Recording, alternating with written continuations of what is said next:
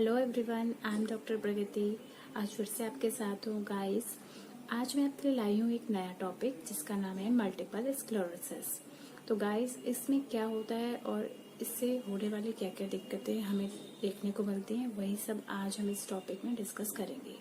Guys, multiple sclerosis का नाम multiple sclerosis क्यों रखा गया है, सबसे पहले वही जानते हैं। मल्टीपल मतलब बार बार और स्क्लेरोसिस मतलब स्किन से रिलेटेड। तो मल्टीपल मतलब बार बार अटैक जब आ रहे हैं पेशेंट को, और स्क्लेरोसिस मतलब वाइट पैचेस बॉडी में पड़ जाना, तो मल्टीपल स्क्लेरोसिस इसे कहा जाता है। गाइस, ये एक ऑटो इम्यून डिजीज होती है।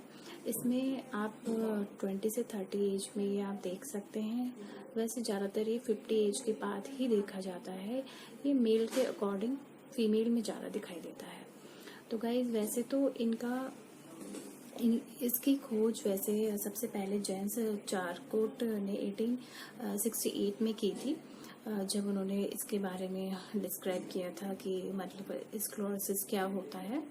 गाइस, इसमें होता क्या है कि जो माइलिन शीथ होती है उसका डिस्ट्रैक्शन हो जाता है, जिस वजह से नर्व का कंडक्शन प्रॉपर बॉडी में नहीं हो पाता है। गाइस, ये ऑटो इम्यून डिजीज है। तो इसमें क्या होता है, जब हमारा इम्यून सिस्टम हमारी बॉडी के अगेंस्ट हो जाता है तब हमारी बॉडी में दिक्कत आना स्टार्ट हो जाती है। तो गाइस, अब ऑटो इम्यून डिजीज है तो ये ठीक होने वाली तो नहीं है, बट ये मेंटेन जरूर हो जाएगी अगर आप टाइम पर ट्रीटमेंट लेंगे। तो ट्रीटमेंट हमें बहुत टाइम पे लेना है इसका। जब भी आप किसी को देख रहे हैं, फैमिली में हो रहा है या किसी को भी हो रहा है, तो इसका ट्रीटमेंट जो है आप सबसे पहले लें। इसमें जो डॉक्टर हैं आपको मेंटेनेंस के लिए दवा देते हैं। चलिए जानते हैं कि इसके लक्षण क्या क्या होते हैं बॉडी में।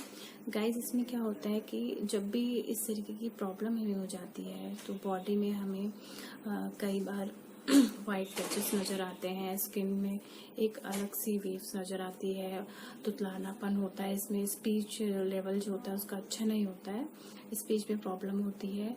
विजन में भी उसे दिक्कत होती है, डबल विजन उसे दिखते हैं, ट्रिमर्स उसे आते हैं। गाइस, पैरालाइज कंडीशन उनकी हो सकती है, बॉडी में टिंगलिंग सेंसेशन और नमनेस ये सब हो सकती है गाइस। और इसमें आई साइड वीक तो होती ही होती है, और साथ में आपकी याददाश्त भी अच्छे से पेशेंट को नहीं याद रहता, वो भूल जाता है बार बार, इसलिए याददाश्त खोने का भी चांसेस पे रहता है। तो गाइस, इसमें सेंसेशन का भी काफ़ी सारा इन्वॉल्वमेंट रहता है कि सेंसेशन भी उनकी लॉस होती है। गर्म ठंडा उनका उन्हें एहसास नहीं होता। अगर आप पेन से भी छुएंगे तो उनको इतना ज़्यादा एहसास नहीं होगा जितना कि एक नॉर्मल इंसान को फील होता है। गाइस, इसमें आप टेस्ट क्या क्या करवाएंगे, आप MRI करवाएंगे। तो गाइस, इसमें और भी सारी चीज़ें हैं, जैसे कि विटामिन डी की डिफिशियंसी हो जाना, एंड वायरल इन्फेक्शन हो जाना, या स्मोकिंग कोई पेशेंट ज़्यादा करता है, या फैमिली में किसी को रहा है पहले, तो भी ये होने के चांसेस पेशेंट को हो जाते हैं।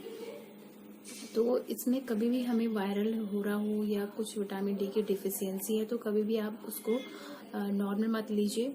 आप डायरेक्ट डॉक्टर को दिखाइए और अच्छे से ट्रीटमेंट लीजिए, और अपने इम्यून सिस्टम का ध्यान रखिए और अच्छे से अच्छी चीज़ें लें जिससे कि आपको कोई भी दिक्कत ना हो। एक होती है रिलैप्सिंग रिमिटिंग। रिमिटिंग में क्या होता है कि इसमें क्या होगा कि पहले पेशेंट को होगा, अटैक्स आएंगे जाएंगे, अटैक्स आएंगे और जाएंगे। कभी ऐसा लगेगा कि बिल्कुल अटैक्स नहीं आ रहे हैं, तो कभी ऐसा आपको फील होगा कि अब नहीं है दिक्कत। तो इसमें मतलब कभी भी आपको सीजर्स आएंगे और जाएंगे, इस तरीके की आपको प्रॉब्लम होगी।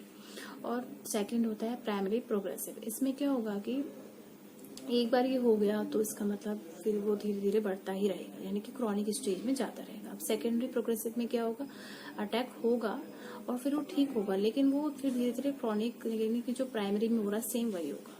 एंड लास्ट वन है प्रोग्रेसिव रिलैप्सिंग। उसमें क्या होगा कि ये हो गया है तो क्रॉनिक बहुत प्रोग्रेसिव स्टेज में आ चुका है, तो अब ये हो गया है बॉडी में तो फिर ये ठीक नहीं होगा, ये रहेगा और भी इसमें ज़्यादा सिम्टम्स देखने को मिलेंगे और भी ज़्यादा पेशेंट को हो सकता है।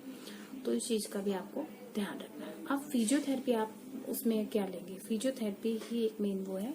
अब उसमें क्या क्या आप लेंगे, सबसे पहले इसमें क्या होगा कि हम प्रिवेंट करेंगे, to prevent the contracture, to regain the mobility, to regain the muscles power, to regain the coordination। तो एंड सेंसरी, जो हमारी सेंसरी लॉस हो रहा है बॉडी में, उसकी भी हम ट्रेनिंग करवाएंगे पेशेंट की।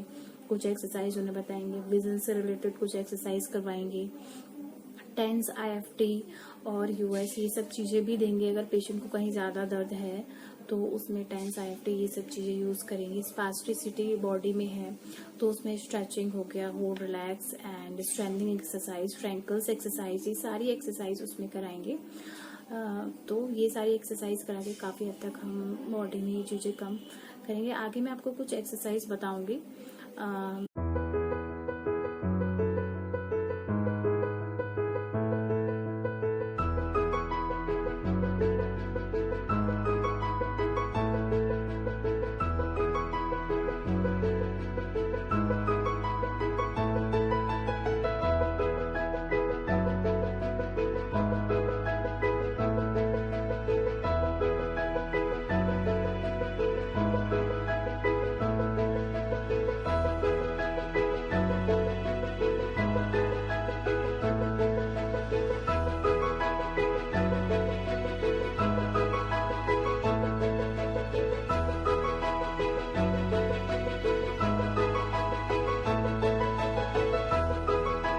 सबसे पहले हम शोल्डर की रेंज ऑफ मोशन एक्सरसाइज करेंगे, अबडक्शन एडक्शन, फिर एल्बो की फ्लेक्शन एक्सटेंशन, रेंज ऑफ करने के बाद हम करेंगे लोअर लिम्ब काफी हद तक जो है स्ट्रेचिंग बॉडी को मेंटेन कर एंड सकते रेंज हैं, ऑफ क्योंकि मोशन बॉडी में साइड कई बार ऐसा हो जाता है इस फ्लेक्शन, टाइम पे एबडक्शन, फ्लेक्शन कफ एंड इस तरीके से लोअर लिम्ब की पूरी रेंज ऑफ मोशन एक्सरसाइज करेंगे, abduction adduction.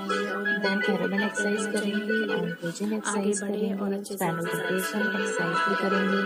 Then weight training करेंगे इस तरीके से ब्लॉक्स लगा के, फिर स्टेयर में चढ़ना उतरना सीखेंगे एंड देन बॉल पे बैलेंसिंग एक्सरसाइज करेंगे, बॉल पे पूरी बैलेंसिंग की ट्रेनिंग करेंगे एंड स्ट्रेचेस करेंगे काफ हैंड्स पे एंड ये ट्रेनिंग आपको करनी है बिल्कुल ठीक इस तरीके से थेरेपिस्ट के अकॉर्डिंग।